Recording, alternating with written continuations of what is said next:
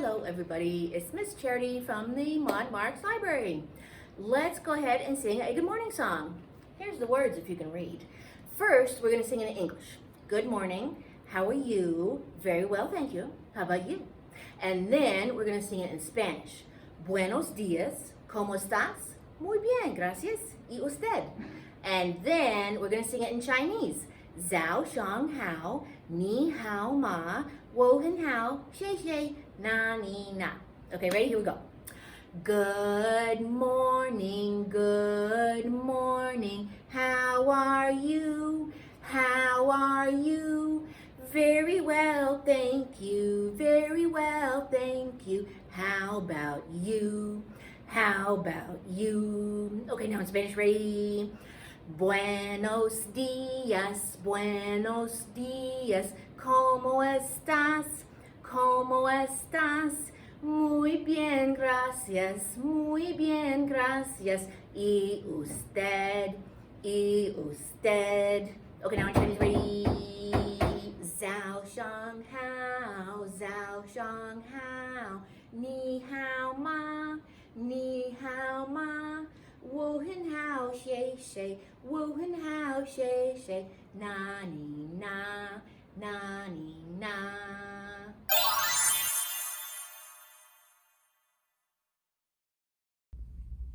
Hey everybody, it's Miss Charity. I'm gonna teach us a new song. If you pick up one of our Storytime to Go bundles, you'll get the song. It's called Squirrel. So it goes like this, ready? Little squirrel on the ground, let us see what you have found. As you scamper here and there, hiding treasure everywhere. Then second verse. Little squirrel, winter's here, find the food you buried near. Dig up acorns one by one, searching, searching till you're done.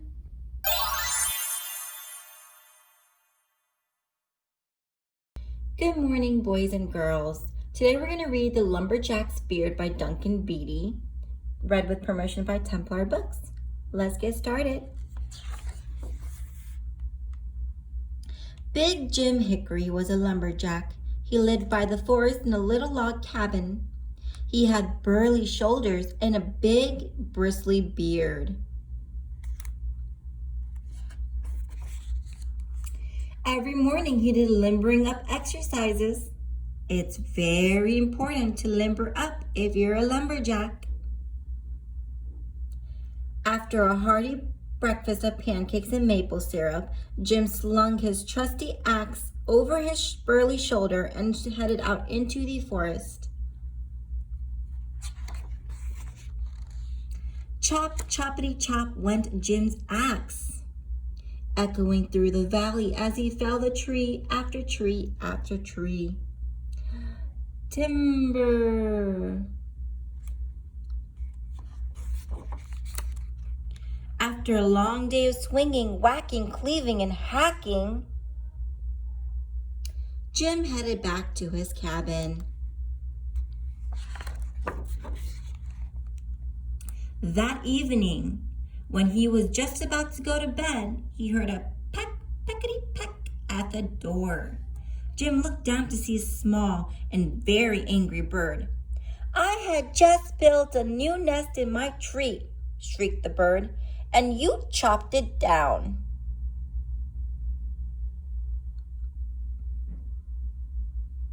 Jim scratched his chin. Then he had an idea. "I suppose you can move into my beard," he said. "Very well then," said the bird, and in it flew.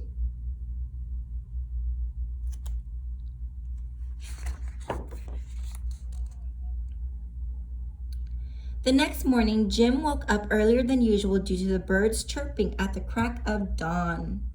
He did his limbering up exercises, got dressed, and ate his breakfast with a little help from the new tenant in his beard.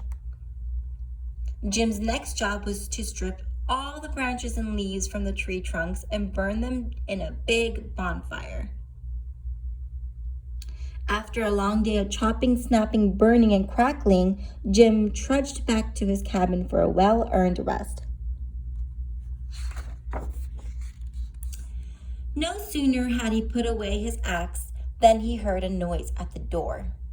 Scratch, scratchity, scratch. He looked down to see a very angry porcupine. I needed those leaves and pine needles to make a cozy shelter, but you burned them. Where am I going to live now? Snapped the porcupine. Jim thought and scratched his chin. Well, he said, I suppose you can move into my beard. He bent down and the porcupine crawled in. The next morning, Jim woke up even earlier and attempted to do his limbering up exercises. He looked in the mirror and scratched his chin. Yow! He got porcupine quills in his fingers.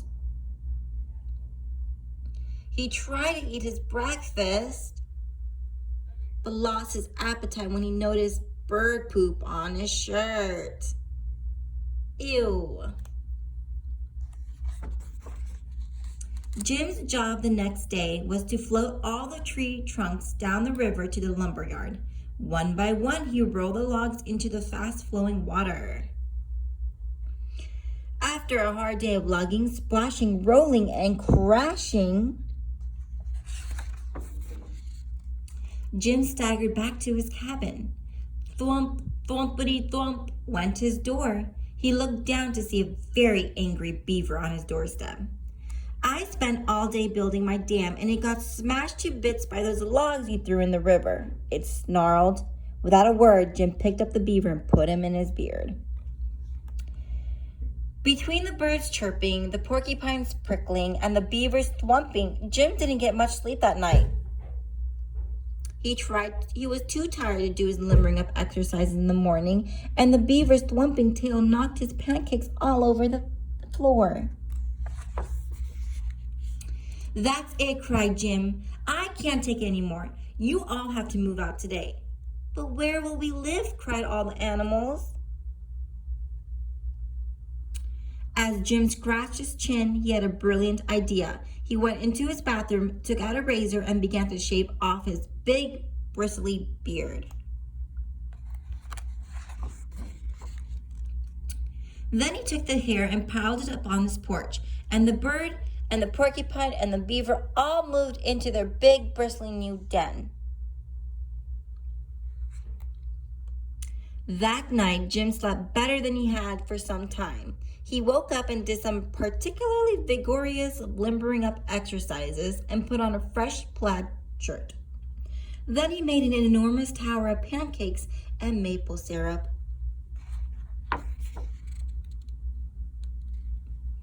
Jim looked out the window at the bare ground where the forest used to be and scratched his now stubbly chin. Then he had another brilliant idea. Jim took his shovel and dug hole after hole after hole.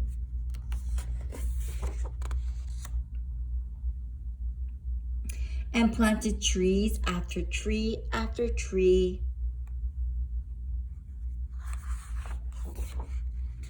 Jim's beard grew back over time. The trees took quite a bit longer. But it was worth the wait. The end.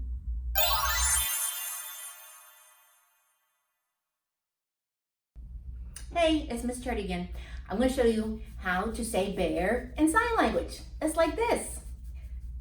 So let's do a round about bears. Okay, ready? Here we go. It goes like this. A little brown bear went in search of some honey. Isn't it funny? A bear wanting honey. He sniffed at the breeze and he listened for bees. Bzzz. And would you believe it? He even climbed trees.